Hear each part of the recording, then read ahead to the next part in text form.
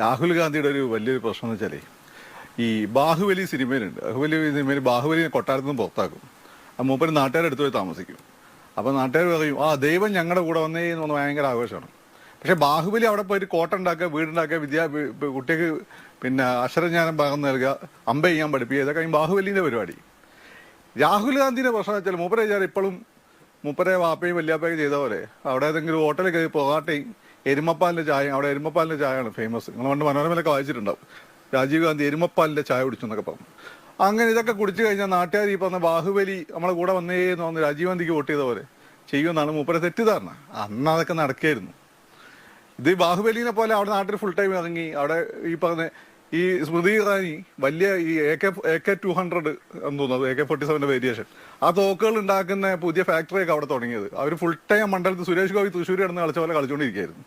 ആ സമയത്താണ് മൂപ്പര് ഇടയ്ക്കിടയ്ക്ക് ഇങ്ങനെ പോയിട്ട് പൊറാട്ടയും നിന്നുകൊണ്ട് വന്നിരുന്നത്. അത് പണ്ടത്തെ ജനറേഷൻ ശരിയാണ്, രാജാവിനോട് അങ്ങനെയുള്ള ബഹുമാനമൊക്കെ ഉണ്ടായിരുന്നു. ഇപ്പോഴത്തെ പിള്ളേരെ സംബന്ധിച്ച് അവർക്ക് എന്തോന്ന് രാജാവ്, അവർക്ക് എന്തോന്ന് നെഹ്റു ഫാമിലി, ഞങ്ങൾക്ക് എന്തെങ്കിലും ഗുണം ഉണ്ടെങ്കിൽ അവർ വോട്ട് ചെയ്യും. അല്ലാതെ ഞങ്ങളെ കൂടെ ഒരു ദിവസം ഭക്ഷണം കഴിച്ചതുകൊണ്ട് പിന്നെ എന്താ വലിയ സായുജ്യം അടഞ്ഞു അതോട് കൂടിയിട്ട് അത് കണ്ടെന്നാൽ തന്നെ സ്വർഗത്തിൽ പോകുന്ന തെറ്റിദ്ധാരണ പുതിയ പിള്ളേർക്കില്ല. ഈ